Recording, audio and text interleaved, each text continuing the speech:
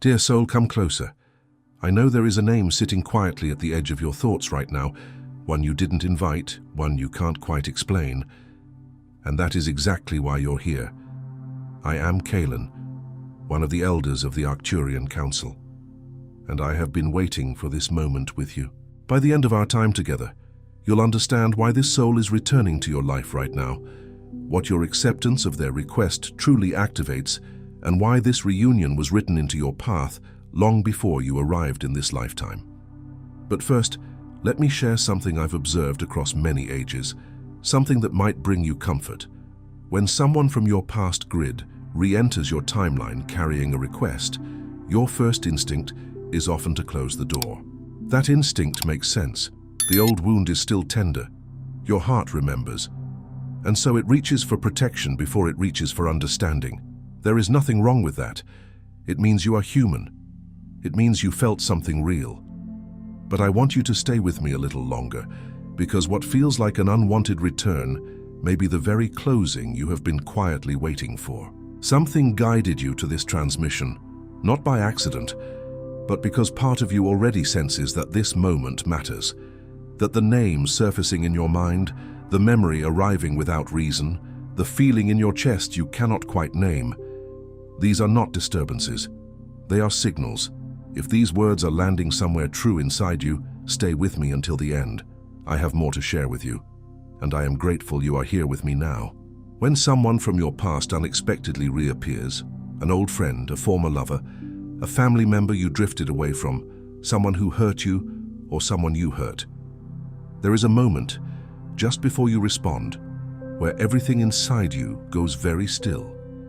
It's as if the cosmic music of your present life suddenly silences, the vibrant colors fade, and the entire world narrows to a pinpoint focus on this one unexpected echo from another time. The air thickens and a profound, almost sacred pause descends. In that brief crystalline interlude, your breath catches, your pulse subtly shifts, and the landscape of your internal world undergoes a rapid, silent tremor. It is a moment both disorienting and deeply instructive, a sudden interruption to the careful rhythm you've established in your now. And in that stillness, something old rises up. It's not just a memory flickering to life, but a deeper, more profound reawakening. Imagine a dormant seed that has lain beneath the soil of your conscious awareness for years, suddenly stirred by an unexpected warmth. Or perhaps it's like a quiet, forgotten chamber deep within the architecture of your soul, its heavy wooden doors creaking open to reveal the echoes of a past narrative. This is an energetic signature, a vibrational blueprint, a part of yourself that was deeply intertwined with that person and that chapter of your life, now stirring from its slumber. It is the ghost of a feeling, a whisper of a forgotten dream, or the palpable presence of an unfinished emotional symphony, now demanding its final movement. Maybe it's pain you thought you'd already worked through, a phantom ache in a limb you believed was fully healed, now throbbing with a surprising intensity.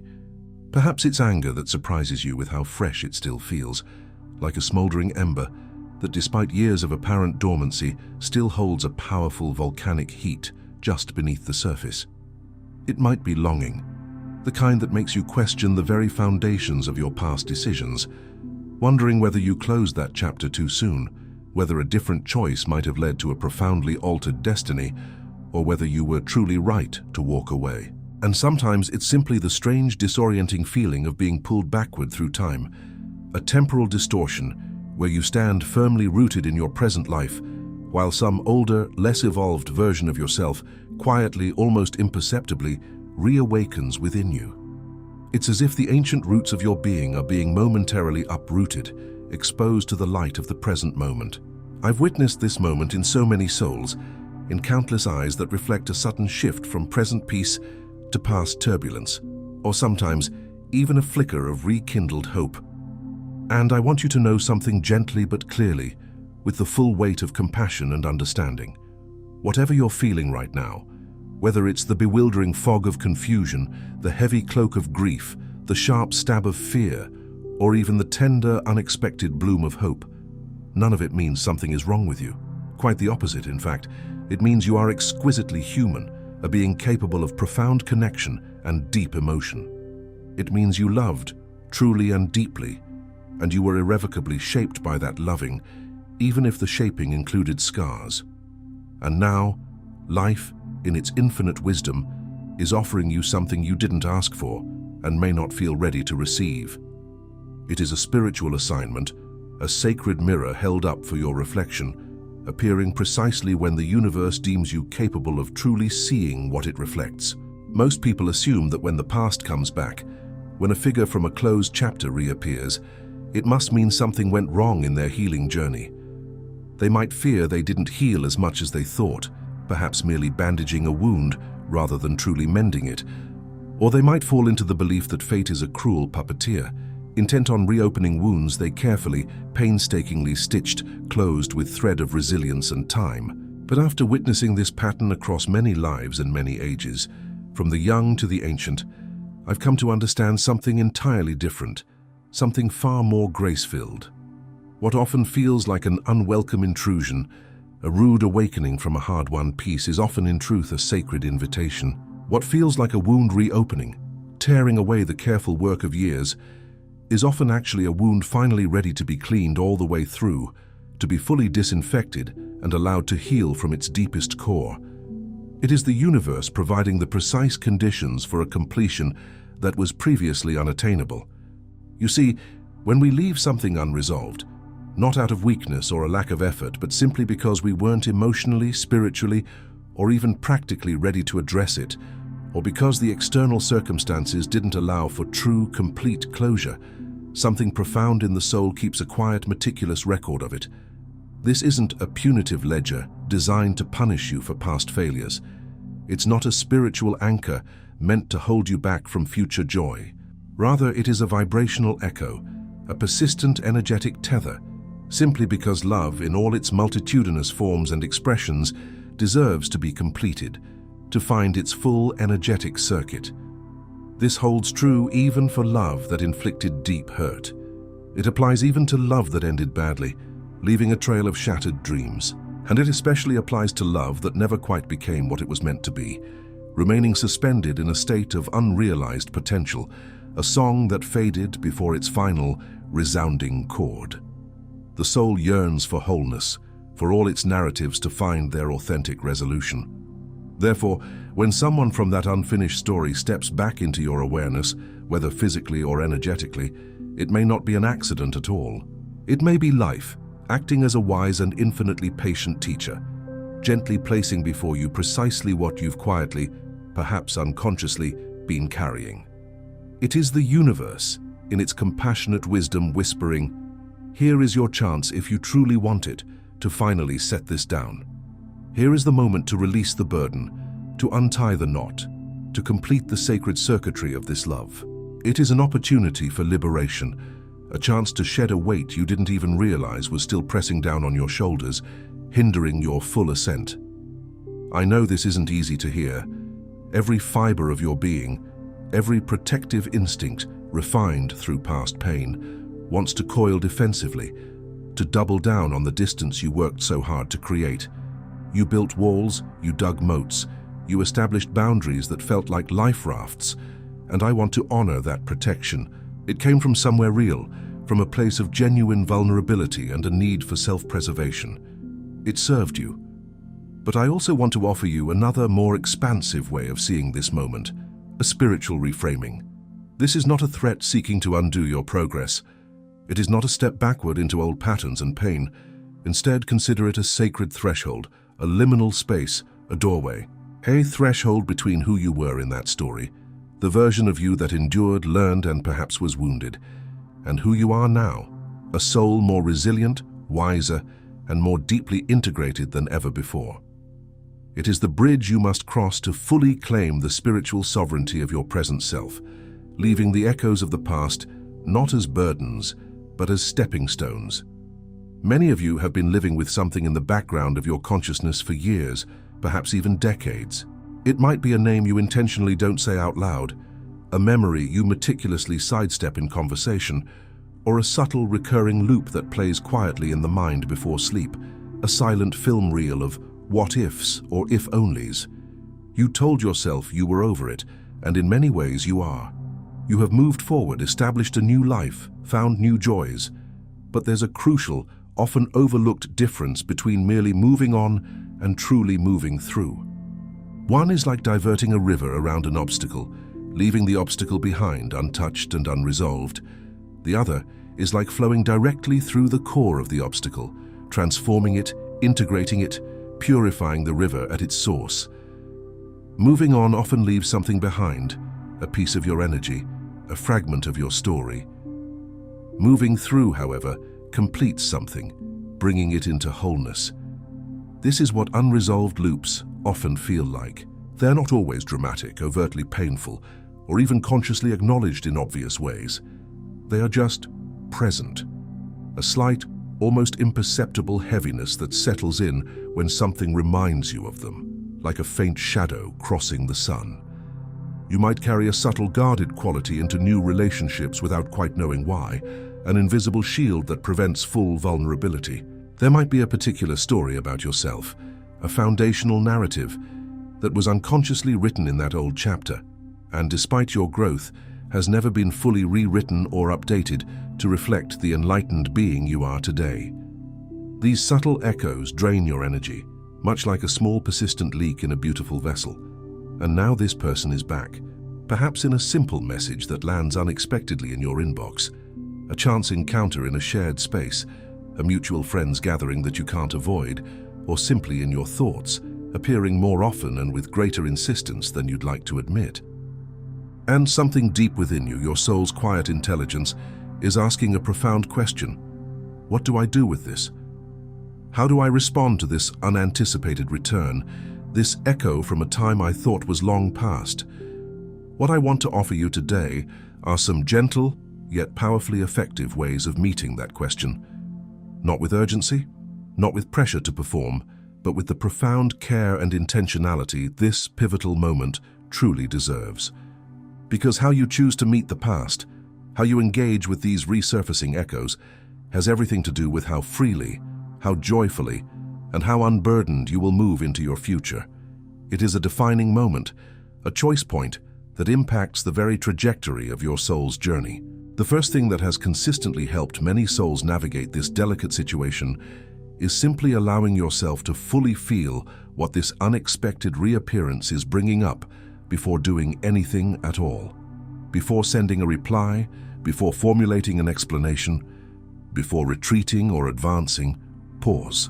There is enormous, often unconscious pressure, from ourselves more than anyone else, to respond quickly, to appear utterly unaffected, to project an image of having already attained the wisdom and peace we are still very much in the process of gathering.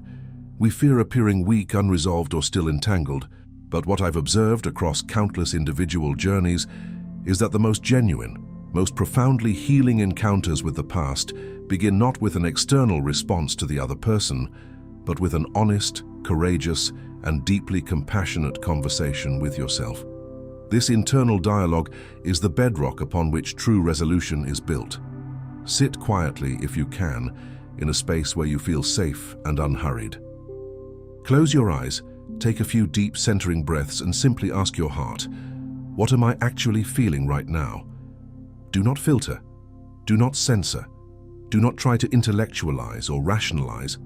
Do not search for what you think you should feel, or what would make you appear perfectly healed, gracefully unbothered, or spiritually evolved. Push past the veneer of expectation and self-judgment.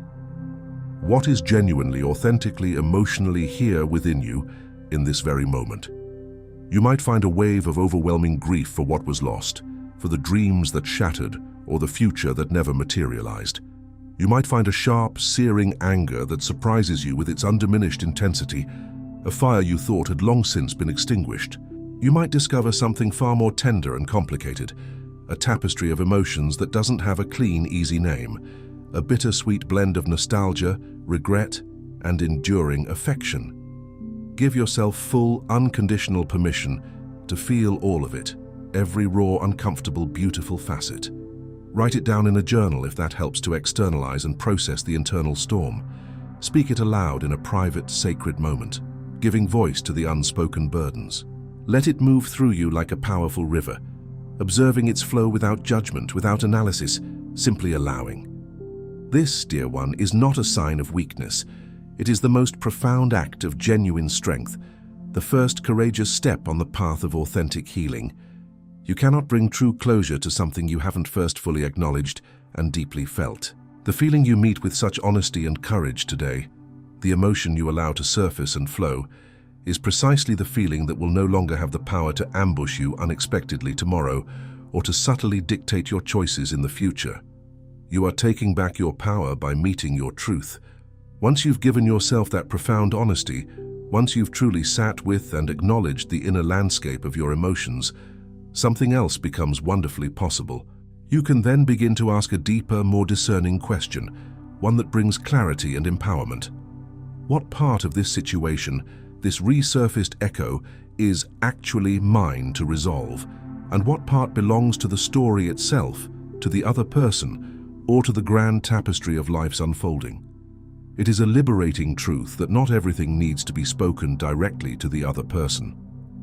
Not every unresolved loop, every lingering question, requires a face-to-face conversation or a lengthy exchange of words. Sometimes the most profound and complete closure is an entirely internal process. It can be a quiet yet monumental shift in how you personally hold the story, how you frame the narrative in your own mind.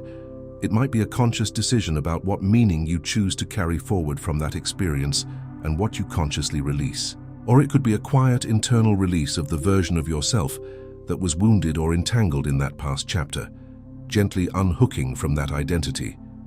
This internal alchemy is potent, sovereign, and entirely within your control. What I've seen across many ages in countless souls grappling with these same questions is this.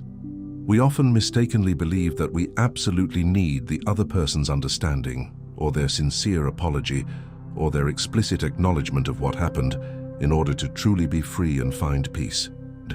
And while those things can indeed be deeply healing when they come genuinely, from a place of true remorse and awareness, waiting for them, or hinging your peace upon them, grants the other person a kind of spiritual power over your internal state that they may never choose to exercise or may simply be incapable of exercising.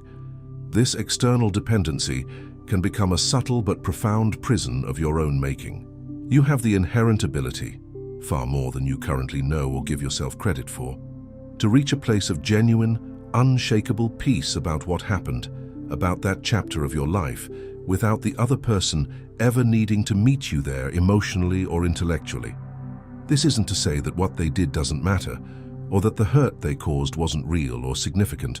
It simply means that your deepest healing, your liberation and your ability to move forward unburdened, does not and need not depend on their readiness, their capacity for insight, or their willingness to participate in your healing process. Your peace is your sovereign domain. So gently ask yourself, is there any part of this that I can truly resolve within myself, regardless of what happens next, regardless of their response or lack thereof? Is there a belief I can shift, a forgiveness I can offer myself, a story I can rewrite for my own peace? That question alone, posed with open-hearted intention, can begin to loosen something deep within you, like a key turning in a long-stuck lock, beginning the gentle unraveling of an ancient knot. If you do find yourself in a situation where an actual encounter or conversation with this person from your past becomes possible, and crucially, where some part of your deepest, most intuitive self senses that it might actually be healing, a path towards integration rather than further entanglement, there is a way of approaching it that has consistently helped many souls move through the experience gracefully, rather than falling back into old patterns or re-entangling themselves in the past. When you enter that encounter, do so with the clear, unwavering intention to close something, not to reopen it. This is the guiding star of the interaction. This is a subtle, yet immensely powerful distinction, dear one. Approaching with the intention to close means you are not arriving to relitigate what happened, to rehash every painful detail, or to finally win the argument that always felt unresolved. You are not there to make them understand at long last the depth of hurt you experienced in a way you always deserved but never received. Instead, you are arriving with a quiet, sacred intention to find a place of authentic peace. This peace might manifest between you if their heart is open to it. But more importantly, if that is not possible, your intention is to find that peace within yourself in their presence, allowing their energy to merely pass through you rather than disrupt your inner sanctuary. It's a fundamental shift from seeking external validation to cultivating internal resolution.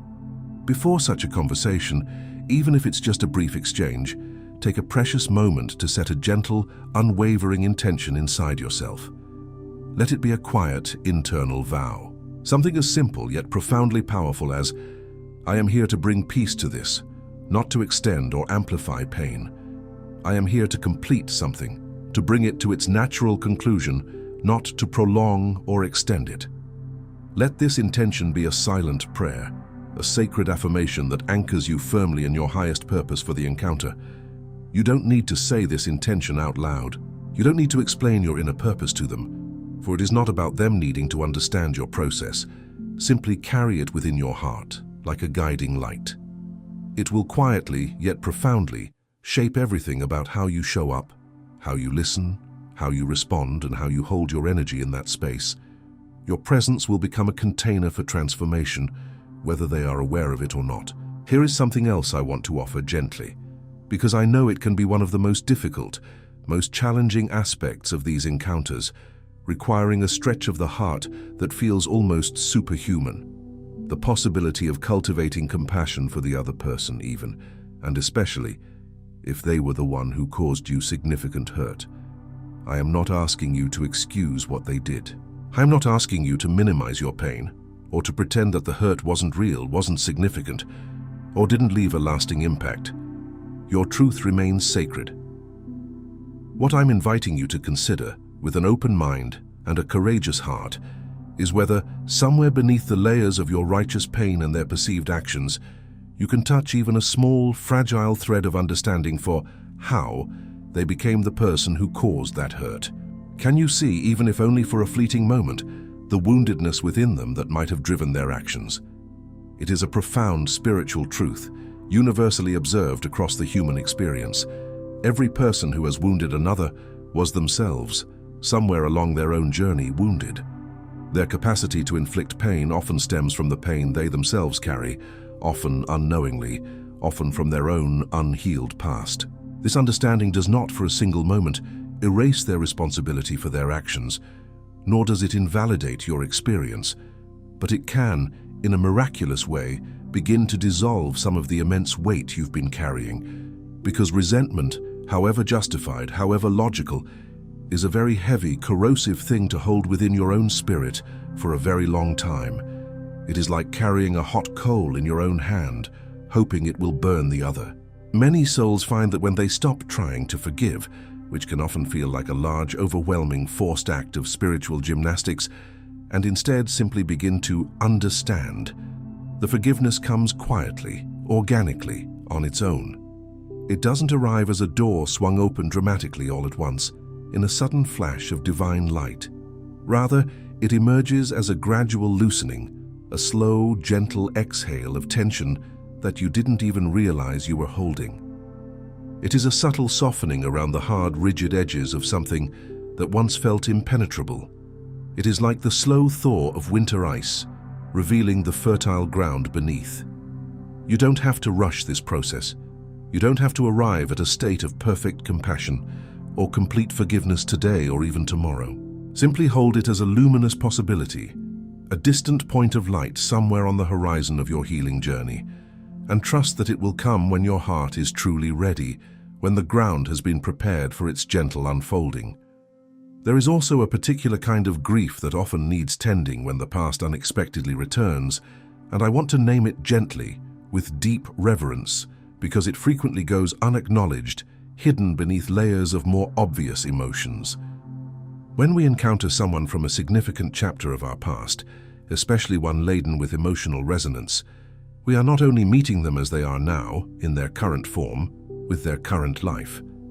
We are also, simultaneously, meeting the ghost of who they once were to us, the beloved, the friend, the confidant. We are meeting the ghost of who we were then, the younger, perhaps more innocent, or more vulnerable version of ourselves who existed within that relationship. And perhaps most poignantly, most tenderly, we are meeting the ghost of who we might have been together. The unspoken possibilities, the unlived futures, the potential paths that diverged and were never walked. That multi-layered grief is profoundly real, dear one. It is the palpable loss of what was, the joy, the connection, the shared laughter, even the shared struggle. It is the ache of the loss of what might have been, the dreams of a shared future, the unfulfilled promises, the love that never reached its full bloom. And it is the tender loss of the younger version of yourself, the one who stepped into that story with an open heart, who didn't yet know how the narrative would unfold, who believed in a different ending. This is the mourning for the shattered fragments of a beautiful tapestry that was never completed. Allow yourself to grieve that quietly, privately, and without any trace of shame or self-judgment. Not because you want to dwell in the past or live perpetually in sorrow. You absolutely don't, for your soul yearns for life and light. But because grief, when it is honored, when it is given space to be felt and acknowledged, moves. It is a natural current that flows and in its movement cleanses and purifies. It is only grief that is pushed down, denied, ignored, or shamed, that calcifies into something harder, something heavy and brittle that becomes trapped within the body and spirit, creating blockages that impede your joy and vitality. You might find a quiet moment, perhaps with a candle lit, or in the embrace of nature, to acknowledge, even just internally. I lost something in that chapter. It mattered to me profoundly, and I am allowed to grieve it, fully and without reservation, even now, years later. This is an act of deep self-compassion, a reclamation of your own emotional truth. That acknowledgement, offered gently and sincerely to yourself, can release more than you ever expect. It can untie energetic knots, dissolve subtle burdens, and create a newfound spaciousness within your heart, allowing the flow of life to move more freely through you. As these steps begin to settle within you, the courageous self-honesty, the discerning inquiry, the intentional approach, the possibility of compassion, and the tender allowance of grief, something often becomes remarkably clear about what this encounter with your past was really offering. It was never intended as a command to return to the past, to relive old pains, or to endlessly cycle through old patterns. It was not meant as a disruption of your present peace, but rather an opportunity for its profound deepening. It was a sacred chance to close something in a way that truly, authentically, and permanently frees you for what comes next in your beautiful, evolving life. When an unresolved loop is truly completed, when something that lingered finds its quiet yet potent resolution, whether through a real, conscious conversation with the other person, or just as powerfully, through a profound internal shift in your own heart and mind, you may notice something miraculous change in how you carry yourself. You might experience a certain lightness, as if an invisible weight has been lifted from your shoulders, allowing you to stand taller, breathe deeper. There will be a tangible quality of presence, a groundedness that wasn't quite there before, because your energy is no longer fractured, no longer half residing in a story that ended years ago. You are more fully, vibrantly, and authentically here, in the eternal now, poised for whatever unfolds. That completion is a profound gift, not just to you, the one who has done the deep internal work, but often, in ways you may never fully comprehend, it is a gift to the other person as well. When you approach these encounters with the clear, unwavering intention to heal, to bring peace, you subtly infuse something into the shared space, an energetic resonance that they may not even have the words or awareness to articulate. You become, in some small, quiet, and incredibly beautiful way, a source of peace in a situation that was once only a source of pain, a beacon of resolution where once there was only discord. You don't need to take responsibility for their healing journey. That is their sacred path to walk. But you can offer, simply by your transformed presence, by the purity of your intention, and by the resolved energy you now embody, the potent possibility of something profoundly different, something more harmonious, for both of you. Dear one, I want you to know something profoundly true and deeply affirming before we part. The very fact that this person, this memory, this unresolved chapter, has come back into your awareness, and the even more significant fact that you are sitting with it thoughtfully, reflectively, and with such careful intention, instead of simply reacting from old wounds or retreating in fear, speaks volumes about how far you've already come on your healing journey. This is not a setback, it is evidence of your profound growth. Healing is not the absence of old feelings, where every trace of past pain is magically erased. True healing is the sacred presence of new wisdom, new compassion, and new understanding, walking hand in hand alongside those old feelings, transforming their nature. And you, in this very moment of reflection, are demonstrating that hard-won wisdom. You don't need to apply everything offered here at once, or feel pressured to master every step simultaneously. That is not the way of organic growth.